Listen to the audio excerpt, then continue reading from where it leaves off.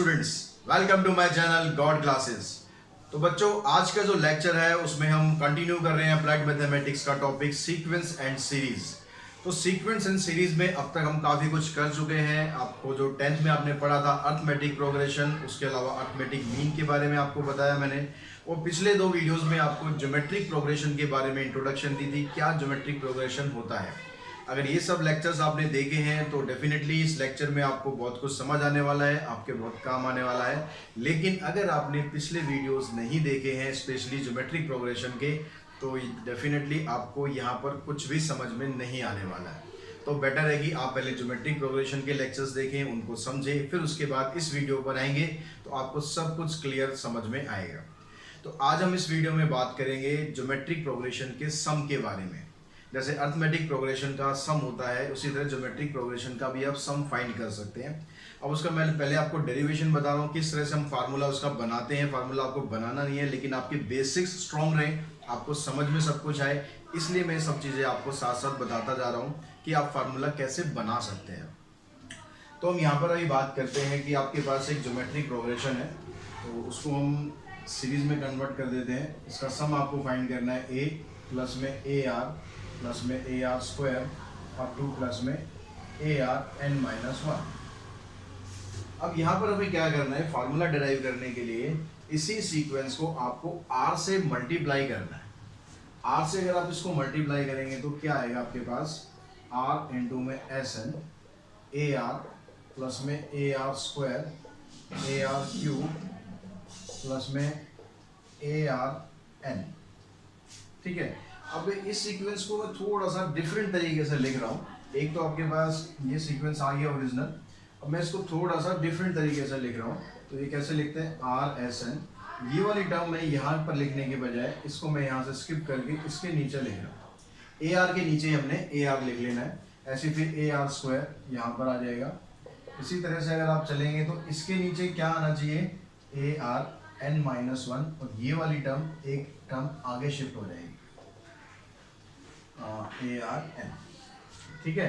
बस हमने क्या करा है, सम को बस रीअरेंज कर दिया और कुछ नहीं करा है। अब हम क्या करते हैं, इस फर्स्ट इक्वेशन में से सेकंड को सब्ट्रैक्ट कर देते हैं। क्या करना है आपको, सब्ट्रैक्ट करना है, सब्ट्रैक्ट सेकंड फ्रॉम फर्स्ट। अब देखिए, जब आप सब्ट्रैक्ट करेंगे तो एस एन में से आपने माइनस किया आर इंटू एस एन।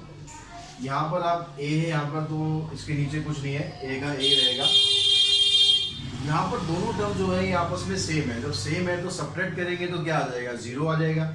यहाँ से जीरो आ गया, यहाँ से जीरो आ गया, इसी तरह आप सभी में चलते जाएंगे तो यहाँ तक जीरो आ गया। अब इसको आप सब्ट्रैक्ट करेंगे तो क्या बन जाएगा, माइनस ए आर एन। समझ आई बात बिल्कुल। इस पर आपको फोकस नहीं करना है, ये जो बीच में थी इसमें आपको ध्यान नहीं देना है। आपको जो ध्यान देना है वो इन दोनों पर देना है। बस इसमें से इसको माइनस करना है, ये वाली टर्म एज इट इज रहेगी। बाकी जो टर्म्स है क्योंकि सेम है तो डिफरेंस आप करेंगे तो जीरो होता जाएगा। लास्ट में ये टर्म बचेगी, क्योंकि इसको आप माइनस कर रहे हैं तो इसका साइन यहाँ पर चेंज हो जाएगा, चेंज होके minus A R raise to power N आ गया। अब यहाँ से क्या करना है आपको, एस एन यहाँ पर कॉमन आ गया, ये आ गया 1 माइनस आर, और यहाँ से a कॉमन आ गया 1 minus R raise to power n। इस 1 माइनस आर को आप यहाँ पर शिफ्ट कर देंगे तो आपका उसका एस एन का जो फार्मूला था वो डिराइव हो गया।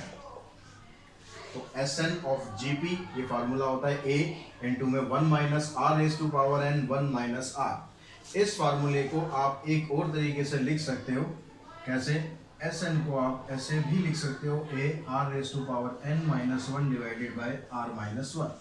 इसमें बस हमने क्या करा है, ऊपर जो ब्रैकेट है उसमें से माइनस कॉमन निकाल दिया, नीचे जो ब्रैकेट है उसमें से माइनस कॉमन निकाल दिया, वो तो वो माइनस माइनस का काम हो गया तमाम।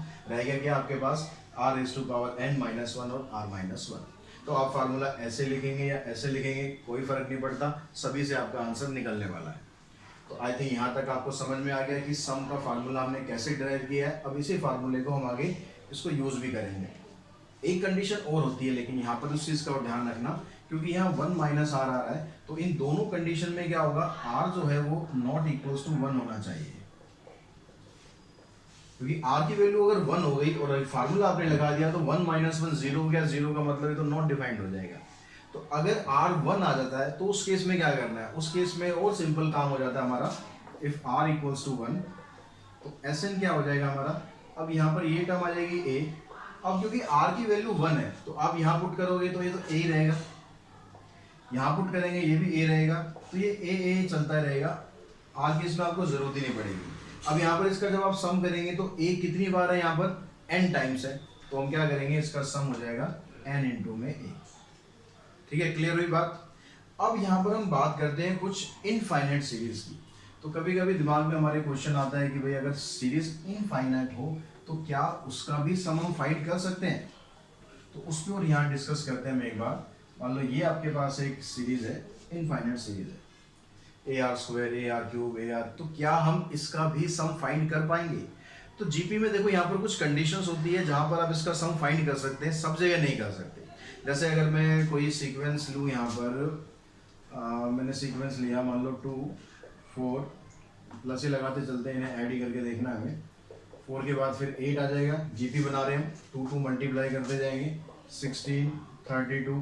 इस तरह से अगर आप इनफाइनाइटली जाओगे तो क्या इसका सम हम फाइंड कर सकते हैं? जी नहीं, इसका सम आप फाइंड नहीं कर सकते। क्यों नहीं कर सकते, उस चीज़ को समझे आप। क्योंकि ये सीरीज देखो ऐड होती जा रही है, ऐड होती जा रही है, तो इसमें आप यहाँ पर इन सबको ऐड करेंगे तो कुछ नंबर आएगा, यहाँ तक तो ठीक है आप निकाल लोगे। लेकिन अगर मैं इस सीरीज को लेके चला जाऊँ 100 टाइम्स तक लेके चला जाऊँ, 100 या 1000 लेके चला जाऊँ, तो क्या हम इसका सम निकाल पाएंगे? अगर हम इस सीरीज को ऐसे करते रहेंगे तो इसका सम इतना बड़ा आएगा जो आप अपनी नोटबुक में लिख ही नहीं पाओगे। और जिस चीज़ को हम लिख नहीं पाते अपनी नोटबुक में, तो उसको हम क्या कहते हैं कि भैया ये तो इन्फिनिटी है, अपने बस की बात नहीं है। तो ऐसा कोई भी सीक्वेंस, चाहे पॉजिटिव साइड हो या नेगेटिव साइड हो, उसका आप सम फाइंड नहीं कर सकते, क्योंकि ये हमेशा क्या रहेगा, इन्फिनिटी रहेगा। लेकिन कुछ सीक्वेंस ऐसे होते हैं जिनका सम हम फाइंड कर सकते हैं। जैसे अगर आपके पास एक सीक्वेंस हो 1 1/2 1/4 1/8, इस तरह का कोई सीक्वेंस हो, तो इसका सम आप फाइंड कर सकते हो। आपको पता कैसे चलेगा कि भाई किसका आप सम फाइंड कर पाओगे, किसका सम फाइंड नहीं कर पाओगे? तो इसके लिए सिंपल आपको एक तरीका ध्यान रखना है, एक चीज ध्यान रखनी है कि जहां पर modulus of R less than 1 होगा। मॉडुलस ऑफ आर का मतलब आर की जो वैल्यू है कहां से कहां तक लाई करेगी, -1 से लेकर +1 तक के बीच में लाई करेगी।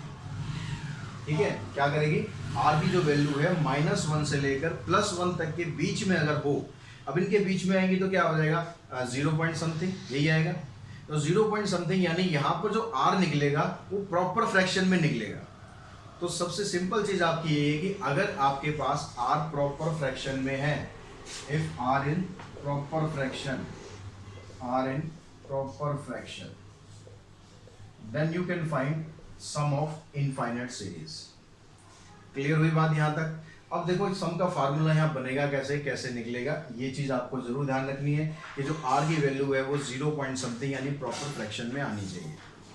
अब इसमें देखो फार्मूला क्या बना, तो हमारा जो फार्मूला था एस एन का, वो फार्मूला क्या था, ए इंटू में 1 माइनस आर एन अपॉन में 1 माइनस आर, ये फार्मूला था।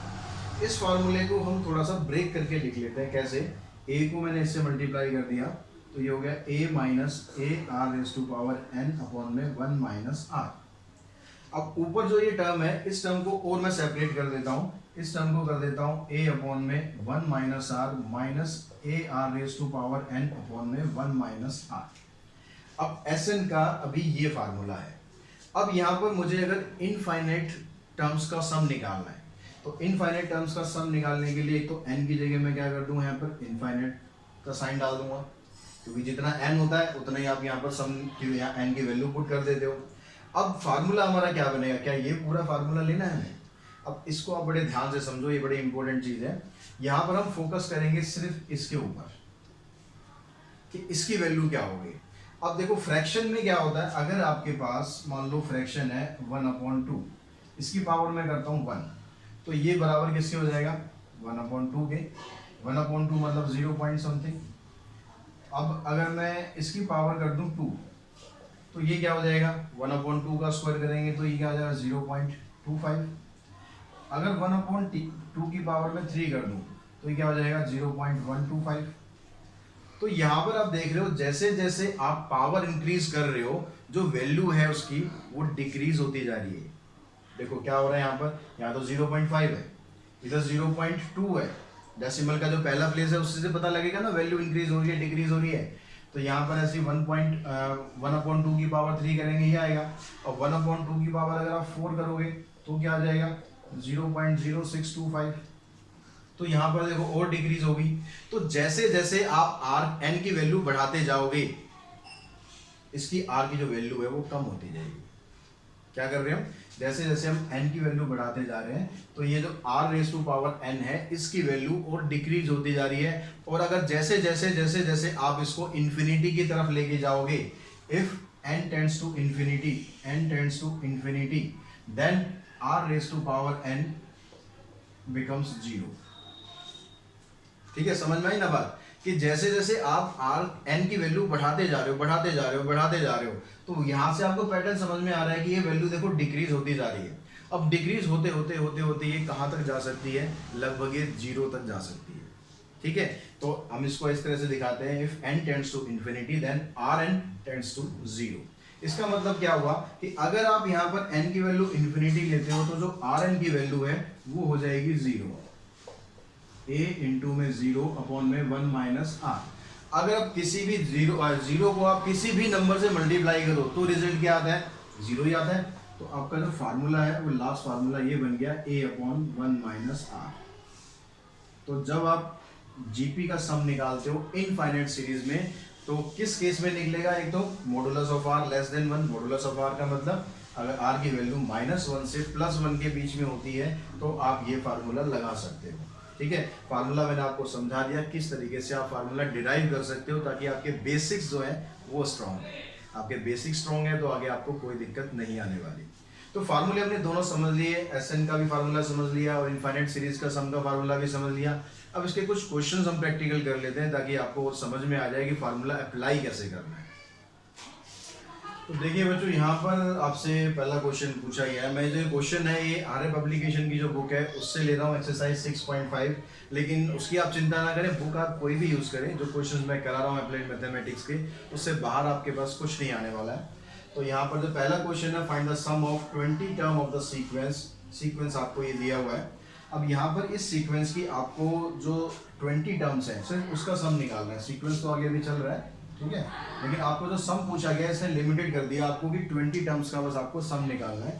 दैट मीन्स यहाँ पर n की वैल्यू आपको दे दी है 20, a की वैल्यू आपके पास है 0.15 और r की वैल्यू निकालेंगे आप। यहाँ पर r की वैल्यू हो जाएगी 0.015 को आप डिवाइड करेंगे 0.15 से तो आंसर आ जाएगा आपका 0.1। तो ये आपका r आ गया, a आ गया और n आ गया, ये सब चीज़ें आपके पास है। अब आपको बस क्या करना है, Sn का फार्मूला लगाना है। Sn का फार्मूला आपने लगाया a 1 माइनस rn अपॉन में 1 माइनस r।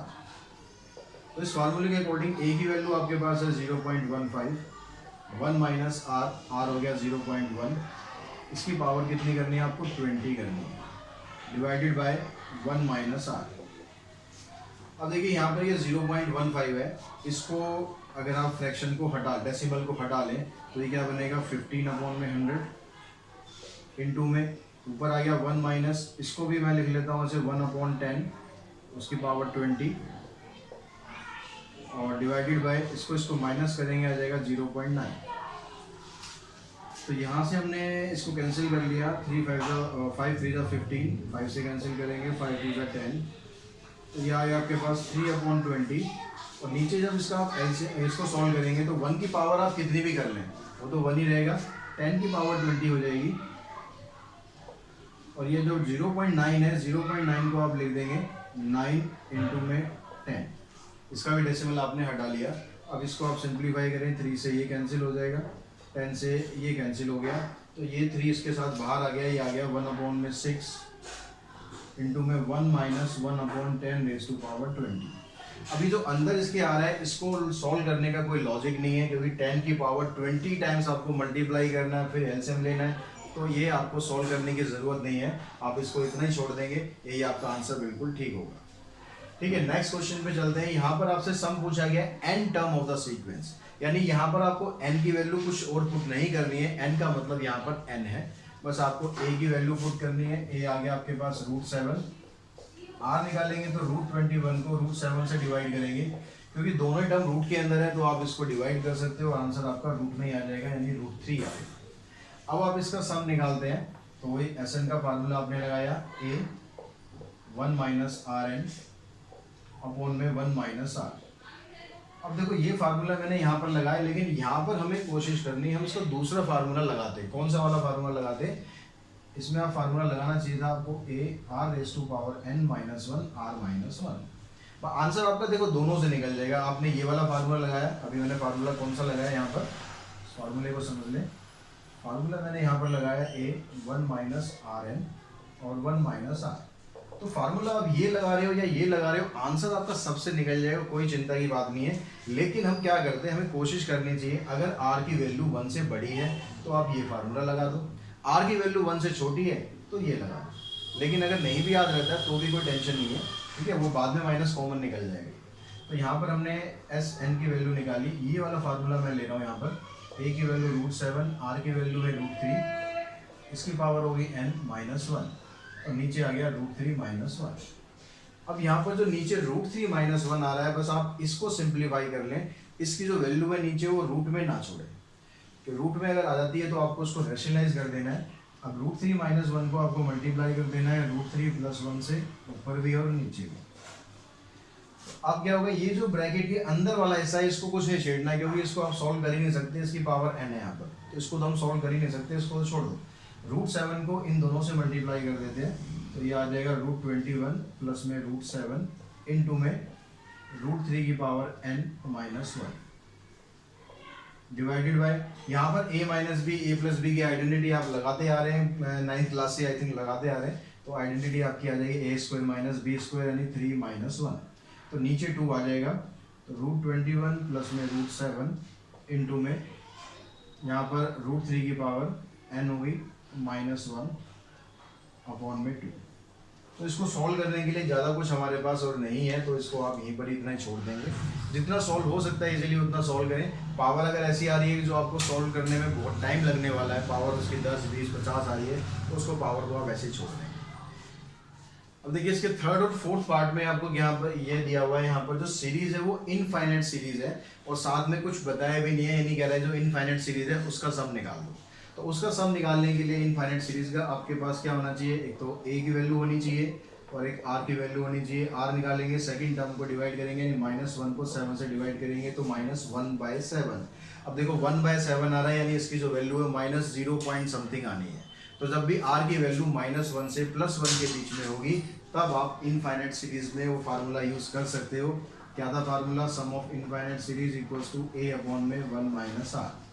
तो a की वैल्यू आपके पास क्या है, यहाँ पर 7 है, 1 माइनस r, r की वैल्यू ऑलरेडी माइनस में है, तो ये आ जाएगा 7 अपॉन में 1 प्लस 1/7। अब यहाँ डिनोमिनेटर का आप एलसीएम ले लेंगे, एलसीएम लेके इसको सिंप्लीफाई करेंगे, तो ये आ जाएगा 7 प्लस 1, ये 7 ऊपर शिफ्ट हो जाएगा, यानी आंसर आ गया आपका 49 अपॉन में 8। ठीक है, समझ में आ गई बात। ऐसे यहाँ पर ये भी इनफाइनाइट सीरीज है, इसका भी आपको सम फाइंड करना है। तो सम फाइंड करने के लिए यहाँ पर a की वैल्यू आपके पास है √2, r की वैल्यू निकालेंगे, -1 अपॉन √2 को डिवाइड करेंगे आप √2 से, तो ये जो √2 होगा ये इधर शिफ्ट होगा, यानी आ जाएगा -1 अपॉन में √2 इंटू √2, यानी r की वैल्यू आ गई -1 अपॉन 2। √2 को आप √2 से मल्टीप्लाई करते हैं तो आपका आंसर आ जाता है 2। तो यहाँ भी देखो -0 पॉइंट समथिंग है, माइनस में आ जाए या प्लस में आ जाए, लेकिन -1 से +1 के बीच में रहना चाहिए। तो यहाँ भी आप सम ऑफ इनफाइनाइट सीरीज का फार्मूला लगाएंगे, a upon 1 minus r, a की वैल्यू होगी √2 और r की वैल्यू हो जाएगी -1/2। फिर आप यहाँ पर इसको सिंप्लीफाई करें, 1 प्लस 1/2, एलसीएम लिया आपने, तो नीचे एलसीएम आ गया 2, यहाँ पर आ गया 2 प्लस 1, ये 2 ऊपर शिफ्ट हो गया, तो ये आ जाएगा 2√2 अपॉन में 3। ये इस इनफाइनाइट सीरीज का सम आ गया। तो दोनों तरह के सम हमने कर लिए, इनफाइनाइट सीरीज का भी और जहाँ पर कोई स्पेसिफिक टर्म्स दी होती हैं उसका भी हमने सम निकाल लिया, और दोनों आई थिंक आपको अच्छी तरह समझ में आ गए होंगे सम कैसे निकालने हैं। कुछ इसके प्रैक्टिकल प्रॉब्लम्स और करते हैं जहाँ से आपको पता लगेगा कि भाई n क्या है, SN क्या है, AN क्या है, उसमें आपको कैसे फार्मूलाज यूज करने हैं। तो बच्चों देखो नेक्स्ट क्वेश्चन आपको दिया हुआ है, find the sum of the series. ये सीरीज आपके पास है, इस सीरीज का आपको सम फाइंड करना है। अब देखो सम फाइंड करने के लिए एक तरीका क्या होगा आपके पास कि आपके पास ए की वैल्यू तो है ही, आर की वैल्यू आप निकाल लेंगे -27 डिवाइडेड बाई 81 यानी -1/3 आ गया। अब यहाँ पर n आपको नहीं दिया हुआ है, n अगर आपको नहीं दिया हुआ है तो हम उसका सम कैसे निकालेंगे। और उसका सम निकालने के लिए हम क्या करते हैं, पहले हम n की वैल्यू फाइंड कर लेते हैं। n की वैल्यू फाइंड करने के लिए आपको जो लास्ट टर्म दी हुई है ये आपके पास बन गई an। तो an का जो वैल्यू आपके पास वो आ गई -1/27। अब आप तो an का फार्मूला क्या था, an का फार्मूला था आपके पास an = AR raise to power n-1। अब an की वैल्यू आपको दी है -1/27, a की वैल्यू 81, r की वैल्यू आपके पास है -1/3 रेज़ टू पावर n-1। तो हम क्या करते हैं, इस 81 को इस साइड ले आते हैं पहले, तो ये हो गया -1/27 इंटू में 81 इक्वल्स टू -1/3 की पावर n-1। अब यहाँ पर देखो ये 27 और ये 81, इनको आप क्या करो 3 की पावर में लेके आओ, क्योंकि यहाँ पर भी डिनोमिनेटर में भी 3 दिया हुआ है। तो यहाँ पर जब आप इसको लिखेंगे 27 को, ये 3 की पावर 3 हो गया और 81 हो गया 3 की पावर 4, तो ये आ गया -1/3 रेज़ टू पावर n-1। ये आ गया 3 की पावर 7, इसमें आपने क्या करा लॉ ऑफ एक्सपोनेंट लगा दिया, तो -1/3 की पावर 7 आ गया। अब ये जो 1/3 की पावर 7 है, इसको आप और कैसे लिख सकते हो ये ध्यान से सोचो आप। इसको अगर मैं ऐसे लिख दूँ -1/3 की पावर 7 तो कोई दिक्कत तो नहीं है, क्योंकि जो माइनस यहाँ पर दिया हुआ है, पावर जब इसकी ऑड होगी तो वो माइनस ही आ जाना अपने आप। तो इसलिए यहाँ पर हमने -1/3 की पावर 7 इसको इस तरह से लिख लिया। अब क्यों लिखा है, क्योंकि हमारे पास दोनों साइडों का जो बेस है वो सेम हो गया, हमें बेस सेम करना था। बेस अगर दोनों का सेम हो गया तो इनकी पावर भी सेम होगी। तो पावर आपके पास यहाँ पर क्या है 7 और इधर क्या है n-1। तो यहाँ से आप निकाल दोगे n की वैल्यू आपकी आ गई 8। अब आपने सम निकालना है, तो सम का जो फार्मूला था, सम का फार्मूला आपने लगा दिया। यहाँ पर क्या फार्मूला था, a r raise to power n 1 - rn upon में 1 - r। तो a की वैल्यू आपके पास क्या है 81 है, 1 - r की वैल्यू क्या आपके पास -1/3 की पावर n यानी 8 होगी। यहाँ भी आप n की जगह 8 पुट कर दो, 1 - r। तो आपने जो वैल्यू थी बस वो वैल्यू यहाँ पर अप्लाई करनी है और कुछ नहीं करना। यहाँ पर ये आ गया 81 और ये आ गया 1 माइनस माइनस। यहाँ पर देखो अभी ये माइनस है और इसकी पावर जो है वो इवन आ गई। पावर अगर इवन आ गई तो माइनस क्या हो जाता है, प्लस में कन्वर्ट हो जाता है। और बाहर इसके नेगेटिव साइन है तो ये हो जाएगा -1/3 की पावर 8। और नीचे आप इसको सोल्व करेंगे 1 प्लस में 1/3। अब इसको आप सोल्व करें एलसीएम लेके, तो ये क्या आ जाएगा आपके पास, इधर सोल्व कर लेते हैं। इधर आ गया ये 81 और इधर एलसीएम लिया आपने 3 की पावर 8, 3 की पावर 8 माइनस 1 डिवाइडेड बाय, यहाँ भी एलसीएम लिया हमने 3 + 1। अब देखिए जो 81 है, 81 को आप लिख सकते हो 3 की पावर क्या 4 लिख सकते हो। तो इस 81 को मैंने लिख लिया यहाँ पर 3 की पावर 4। अंदर आपके पास क्या रहा है 3 की पावर 8 माइनस 1 अपॉन में 3 की पावर 8। और ये जो टर्म्स हैं ये 3 सबसे ऊपर शिफ्ट हो जाता है, ये इधर आ जाएगा और 3 + 1 4 ये इधर आ जाएगा। अब इसको बस आप सिंप्लीफाई कर लो। अब यहाँ देखो 3 की पावर यहाँ पर आपके पास बन रही है 5 और नीचे 3 की पावर 8। तो यहाँ भी आप लॉ ऑफ एक्सपोनेंट लगाओगे तो क्या बचेगा आपके पास, ऊपर तो ये आ गया, नीचे आ जाएगा 3 की पावर 3। अब 3 की पावर 3 बहुत बड़ी नहीं है तो इसको आप सिंप्लीफाई कर लो। 3 की पावर 3 मतलब 27 आ जाएगा और 27 को आप 4 से मल्टीप्लाई कर देना। ऊपर जो 3 की पावर 8 आ रही है इसको ऐसे रहने दो, कोई दिक्कत नहीं है। तो ये आपका आंसर आ गया 3 की पावर 8 माइनस 1, 4 7 जा 28, 4 2 जा 8 और 2 10। तो इस तरह से आप ये सम फाइंड कर सकते हो। आंसर आ जाएगा आपका ये 3 की पावर 8 माइनस 1। इसको आप अगर सॉल्व करना चाहो, मन करे आपका तो सॉल्व इसको कर लेना, अदरवाइज कोई ज़रूरत ऐसी है नहीं।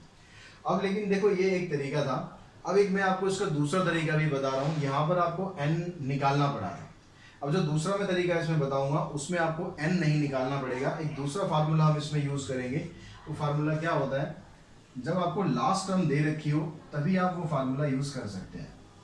तो फार्मूला यहाँ पर क्या होगा हमारे पास Sn का फार्मूला होगा a माइनस एल इंटू में r अपॉन में 1 - r। अगर आपको लास्ट टर्म दी हुई है तभी लगाना ये फार्मूला, हर जगह नहीं लगा देना। लास्ट टर्म अगर आपको दी हुई है तो n की आपको निकालने की जरूरत नहीं पड़ेगी, बस आप यहाँ पर l की जगह लास्ट टर्म यहाँ पर पुट कर दो। अब पुट करने पर देखो क्या आएगा, ए की वैल्यू 81 होगी माइनस एल, एल आ गया आपके पास -1/27, आर आ गया -1/3, नीचे आ गया 1 -1/3। अब आप इसको सिंप्लीफाई करेंगे 81, ये माइनस ये माइनस ये माइनस, तो ओवरऑल माइनस आ गया 1/81 डिवाइडेड बाय 1 + 1/3। अब यहाँ पर इसका आप एलसीएम लेंगे तो 81 एलसीएम आ गया इसका, 81 को 81 से आप मल्टीप्लाई कर दें, 81 को 81 से मल्टीप्लाई करेंगे आपके पास क्या आ जाएगा, इसको आप सिंप्लीफाई करें 6561 -1 डिवाइडेड बाय, इसको आप एलसीएम लेके सॉल्व करेंगे आ जाएगा 4/3, इसमें से इसको माइनस किया हमने तो ये आ गया 6560/81 और 3 ऊपर शिफ्ट हो गया, 4 नीचे आ गया, इसको काट पीट देते हैं जितना भी कट जाए, 3 से इसको कैंसिल किया हमने 27 आ गया, 4 से इसको कैंसिल करेंगे तो 4 × 1 = 4, 4 × 6 = 24, 4 × 4 = 16, 0 तो आ गया 1640/27। अगर हम जो पिछला हमने क्वेश्चन किया था उसको भी अगर आप सिंप्लीफाई करते तो आपका ये आंसर आ जाता। तो दोनों तरीके मैंने आपको समझा दिए, दोनों तरीकों से आप अपना आंसर निकाल सकते हैं जैसा आपको कन्वीनियंट लगे, लेकिन ये फार्मूला आपको याद रखना पड़ेगा अगर आपको लास्ट टर्म दी हुई है तो। उसके बाद नेक्स्ट क्वेश्चन पे चलते हैं। नेक्स्ट क्वेश्चन में आपको क्या क्या दिया हुआ है उसको देखते हैं। तो क्वेश्चन नंबर 3 में यहाँ पर आपको कहता है कि the nth term of a GP is 128। जो nth टर्म है उसको आप क्या लिखेंगे, an लिख लेंगे, an आपको दिया हुआ है 128 और इसके अलावा कहता है sum of its n term, sum of its n term यानी Sn, ये आपको दिया हुआ है 255। तो कहता है if it's common ratio is 2, r की वैल्यू भी आपको दी हुई है, then find its first term, a की वैल्यू आपको फाइंड करनी है। तो आपको an दिया हुआ है, Sn दिया है, तो दोनों फार्मूले आप यहाँ पर यूज कर लेते हैं। an की जगह आप फार्मूला यूज करते हैं ar⁻n - 1 = 128 और Sn का फार्मूला आप यूज करेंगे ar⁻n - 1 r - 1 = 255। r की वैल्यू देखो आपको यहाँ पर 2 दी हुई है, r की वैल्यू भी यहाँ पुट कर लेते हैं, तो ये क्या बन गया a⁻n - 1 = 128। यहाँ से हम पुट करते हैं तो a⁻n - 1 में 2 - 1 = 255। तो हम क्या करते हैं, यहाँ से इधर 2n - 1 है, इसको मैं दूसरे तरीके से लिख रहा हूँ। इसको मैं कैसे लिख लेता हूँ, a इंटू में 2n डिवाइडेड बाई 2 लिख सकते हैं ऐसे। लॉज ऑफ एक्सपोनेंट लगा रहे हैं हम यहाँ पर। लॉज ऑफ एक्सपोनेंट में क्या था, अगर डिवाइड में होता है तो पावर माइनस हो जाती है, तो पावर अगर माइनस में दी है तो हम इसको डिवाइड में ऐसे लिख सकते हैं। तो हम यहाँ पर अब क्या करते हैं, इस 2 को आप इधर शिफ्ट कर दो, तो a इंटू में 2n, इसकी वैल्यू आ गई आपके पास 128 इंटू में 2। ठीक, बाहर से कुछ आवाज़ आ रही है उस पर ध्यान ना देके मेरी आवाज़ पे ध्यान देना। तो यहाँ पर आपके पास a इंटू में 2n आ गया, इसको आप मल्टीप्लाई कर देंगे, आ जाएगा 256। तो यहाँ से 2n की वैल्यू आप निकाल देंगे 256/a।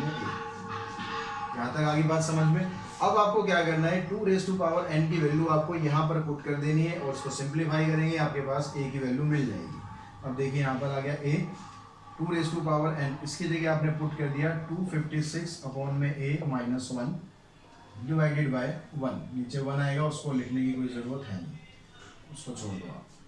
अब यहाँ से आप a को अंदर मल्टीप्लाई करेंगे तो इससे तो कट ही जाएगा, 256 इससे मल्टीप्लाई करेंगे a आ गया 255, a को उधर लाओ, 255 को इधर ले आओ, 256 - 255 = a, यानी a की वैल्यू आ गई आपके पास 1। तो बहुत आसान है तरीका, बस यहाँ पर ध्यान रखना कि आपको पावर्स को किस तरह से आपको खेलना है पावर्स के साथ। अगर आप ये खेलना सीख जाएंगे तो चौके छक्के बहुत दबा के मारेंगे, कोई दिक्कत आपको नहीं आने वाली है। क्वेश्चन नंबर 4 पे देखते हैं। 4 में क्या कहता है, if the sum of first 6 term of a GP is equal to the 9 times the sum of the first 3 terms. ठीक है, क्या कहता है क्वेश्चन में, सम ऑफ फर्स्ट 6 टर्म। तो सम ऑफ फर्स्ट 6 टर्म को आप कैसे लिख सकते हैं, S6 इज इक्वल्स टू किसके बराबर दे रहा है आपको, 9 times the sum of the first 3 terms, 9 times the sum of first 3 terms, then find the common ratio of the GP. तो अब आपको यहाँ से R फाइंड करना है, ज़्यादा कुछ नहीं दिया हुआ, बस आपको ये 2 चीज़ दी हुई है, लेकिन यही हमारे लिए सफिशिएंट है। तो तो क्या करना है आपको यहाँ पर S6 का जब आप फार्मूला लगाएंगे, फार्मूला क्या था हमारे पास Sn का, a r⁻n−1 r-1। तो जब आप ये फार्मूला लगाएंगे तो यहाँ पर n की वैल्यू आपको मिल गई है 6, तो n की जगह आप 6 पुट कर देंगे तो ये क्या बन जाएगा, a r⁻6−1 divided by r-1। ऐसे यहाँ पर आ जाएगा 9 इंटू में a r⁻3−1 divided by r-1। ठीक है, दोनों तरफ आपने फार्मूला लगा दिया Sn का। यहाँ पर n की जगह आपको 6 रखना है और यहाँ पर n की जगह आपको क्या रखना है, 3 रखना है। अब इसको सिंप्लीफाई करके आपको r की वैल्यू निकालनी है। तो देखिए r-1 से r-1 कैंसिल हो गया, a से a कैंसिल हो गया। अब रह गया r की पावर 6-1। अब इसको आप कैसे लिख सकते हो, अगर आपको आइडेंटिटीज की अच्छी तरह समझ है तो आपको बड़े आसानी से समझ में आ जाएगा। r की पावर 6 को मैं लिखने जा रहा हूँ r³ का स्क्वायर माइनस, और 1 को लिख रहा हूँ मैं 1 का स्क्वायर। इसको हम लिख सकते हैं r की पावर 6 को ऐसे, इक्वल्स टू में 9 इंटू में r³-1। अब क्या करना है, यहाँ पर a square minus B square की आइडेंटिटी बना देनी है। a square minus B square की आइडेंटिटी क्या होती है, a माइनस बी इंटू में a प्लस बी। तो ये आइडेंटिटी आपको यहाँ पर लगानी है। तो a क्या है यहाँ पर आपके पास, r³-1 और b सॉरी अगला आ जाएगा r³+1, a minus B a plus B equals to 9 into में r³-1। r³ -1 से r³ -1 भी कट गया। अब क्या रहेगा आपके पास, r³+1 इक्वल्स टू 9। 1 को उधर ले जाओ, माइनस करो, 8 आ गया। अब 8 को आप ऐसे लिख सकते हैं 2 की पावर 3। अब दोनों साइड को कंपेयर करेंगे तो जहाँ पर जो पावर है वो सेम है, पावर सेम है तो इसका जो बेस है वो भी सेम होना चाहिए, यानी r की वैल्यू 2 निकल जाएगी। तो नेक्स्ट क्वेश्चन इसका आपको दिया हुआ है कि how many term of the sequence, question number 5 की बात कर रहा हूँ मैं। 5th में कहता है कि how many terms of the sequence, how many terms of the sequence आपको यहाँ पर क्या दिया हुआ है, 3 इंटू 3 फिर 3 स्क्वायर फिर 3³ are needed to give the sum, sum कितना आपको दिया हुआ है, 120। तो क्वेश्चन का मतलब समझो, क्वेश्चन मैंने पूरा इसीलिए लिखा है यहाँ पर क्योंकि आपको इसका मतलब समझ में आ जाए। ये कहता है हाउ मेनी टर्म्स का मतलब सबसे पहले दिमाग में क्लिक करना चाहिए। हाउ मेनी टर्म्स की बात कर रहा है तो यहाँ पर आपसे n के बारे में ये पूछ रहा है। ठीक है, जहां भी हाउ मेनी टर्म्स आए मतलब सीधा क्लियर है कि n के बारे में आपसे पूछ रहा है। सीक्वेंस आपको ये दिया हुआ है जीपी में, तो इसमें a की वैल्यू 3 आ गई, r की वैल्यू आप निकालेंगे, 3 का स्क्वायर हो गया 9 डिवाइडेड बाय 3, यानी r भी आपका 3 आ गया। और यहाँ पर जो 120 है वो क्या दिया हुआ है आपको, 120 आपको दिया हुआ है सम। Sn दिया हुआ है क्योंकि n आपको फाइंड करना है, हमें नहीं पता कि कितनी टर्म्स है। तो अब Sn अगर आपको दिया है तो Sn का ही फार्मूला आप यहाँ पर लगा दो। Sn का फार्मूला हो गया a r⁻n−1 divided by r-1, क्योंकि r की वैल्यू 1 से बड़ी है इसलिए ये फार्मूला लगा दिया। Sn की जगह आ गया 120, a की वैल्यू आपके पास 3 है, r की वैल्यू भी 3 है, n-1 डिवाइडेड बाय 3-1। अब यहाँ देखिए 120, 3/2, 3 की पावर n-1। अब 3/2 को आप इस साइड लाएंगे तो क्या बन जाएगा, 120 इंटू में 2 divided by 3 equals to 3n-1। 3 से आप इसको कैंसिल कर दें, 40 को 2 से मल्टीप्लाई करेंगे, क्या बन जाएगा, 40 इंटू में 2 80 इक्वल्स टू 3n-1। अब क्या करना है, आप तो बहुत सिंपल रहेगा क्वेश्चन, इस -1 को इधर लाएंगे आप, 81 बन गया।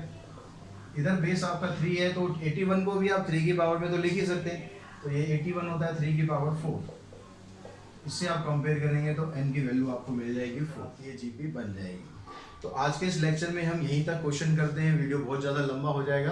तो बाकी के जो इसके क्वेश्चंस बचे हुए हैं उसको हम नेक्स्ट लेक्चर में कंडक्ट करेंगे। तब तक आप इस तरह के क्वेश्चंस की प्रैक्टिस कीजिए, समझिए। कोई डाउट होता है कमेंट बॉक्स में मुझे कमेंट कीजिए, और अगर फिर भी कोई डाउट अगर होता है आपका तो मैं आपका अपना नंबर भी यहाँ पर शेयर कर देता हूँ, तो आप इस नंबर पर मुझे व्हाट्सएप कर सकते हैं अगर आपका कोई भी ऐसा डाउट होता है जो क्लियर नहीं हो पा रहा है। तो मेरी कोशिश होगी, मैं आपकी जितनी हेल्प कर सकूं उतनी हेल्प मैं आपकी करूंगा। और वीडियोस अगर आपको पसंद आ रहे हैं तो वीडियो को जरूर लाइक कीजिए, शेयर कीजिए, साथ ही चैनल को सब्सक्राइब करके रखिए ताकि आने वाले वीडियोस भी आपको लगातार मिलते रहें। आज के इस वीडियो में इतना ही। Thanks to all of you.